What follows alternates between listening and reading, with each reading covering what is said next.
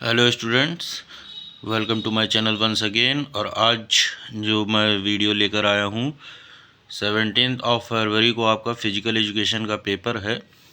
तो हर चैप्टर्स के जो भी इम्पोर्टेंट क्वेश्चंस हैं उनको मैंने राइट डाउन किया है ताकि आपकी हेल्प हो सके।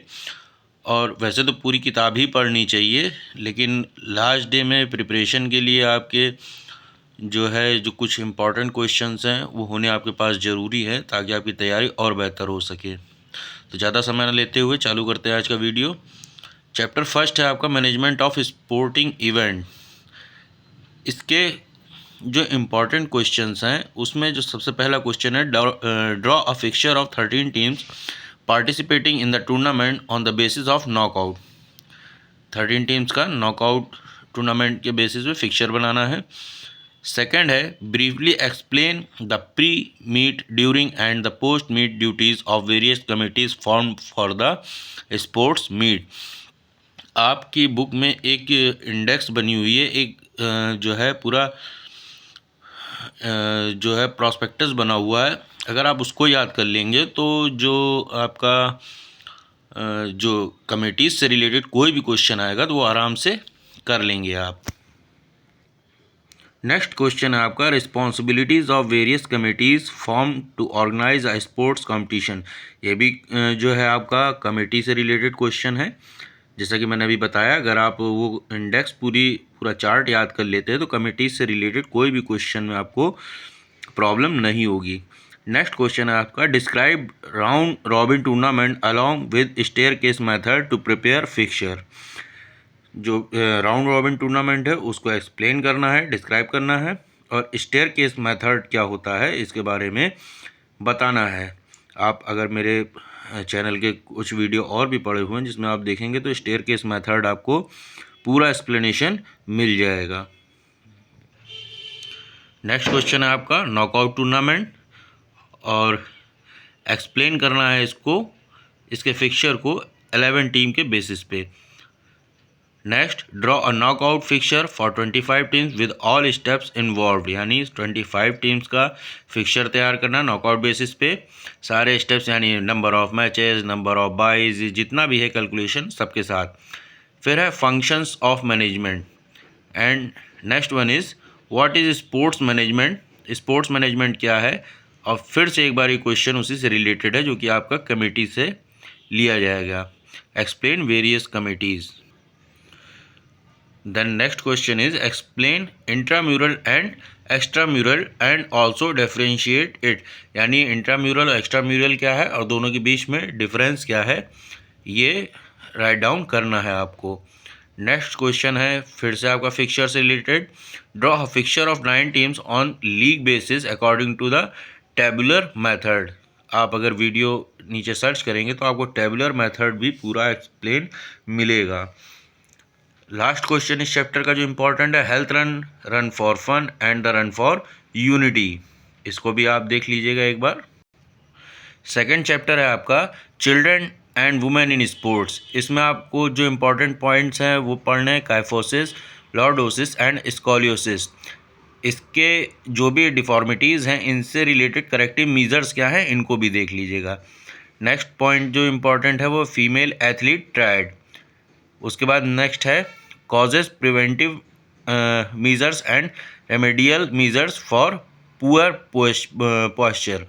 जो भी पुअर पॉस्चर होता है उसके कॉजेज़ क्या होते हैं, उसको प्रिवेंट करना किस तरीके से पॉसिबल है, इन सब के बारे में ज़रूर पढ़िएगा।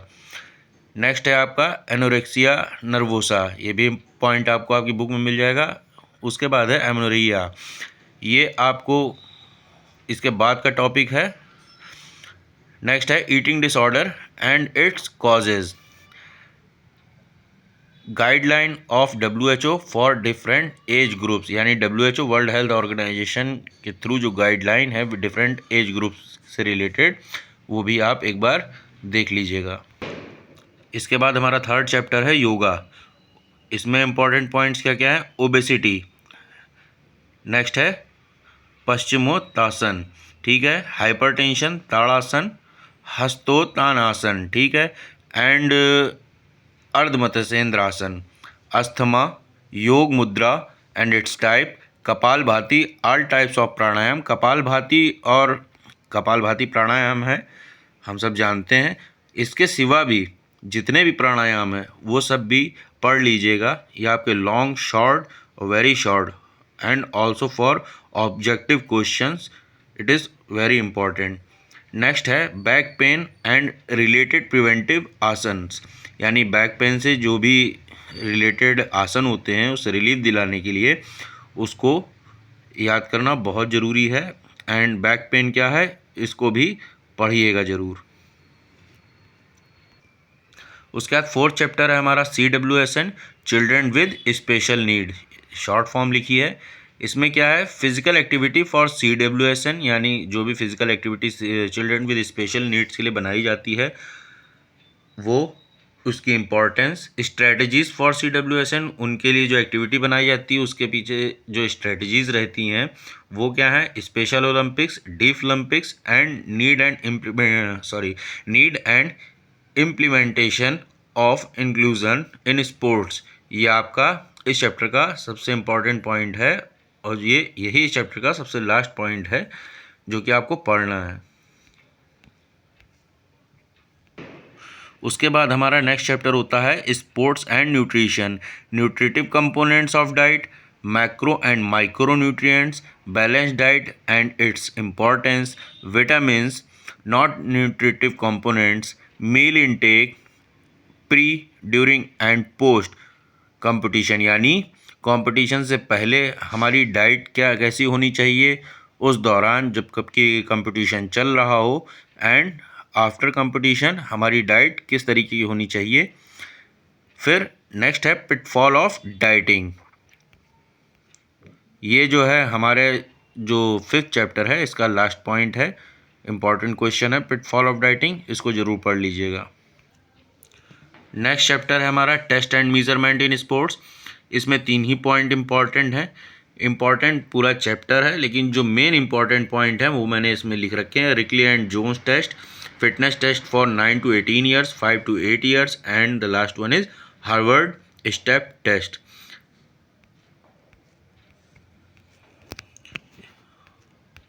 इसको जो है आप तीनों टॉपिक्स को इम्पॉर्टेंटली पढ़ लीजिएगा। इसके बाद हमारा 7th चैप्टर होता है physiology and injuries in sports. इसमें पहला इम्पॉर्टेंट पॉइंट जो है जिससे क्वेश्चन आने के चांसेस हैं, फिजियोलॉजिकल फैक्टर्स अफेक्टिंग फिटनेस। जो भी फैक्टर्स हों जो फिटनेस को अफेक्ट करते हों वो physiological factor, strength and speed, यानी ये जो क्वेश्चन है सेम एज सेकंड क्वेश्चन है इसलिए डबल डैश बनाया हुआ है मैंने, determining strength and speed. Next है क्लासिफिकेशन ऑफ स्पोर्ट्स इंजरीज, यानी स्पोर्ट्स इंजरीज का क्लासिफिकेशन क्या है, सॉफ्ट टिश्यू इंजरीज, फ्रैक्चर्स, ठीक है, जॉइंट्स इंजरीज, ये सब जो इसके क्लासिफिकेशन को आपको लिखना होगा।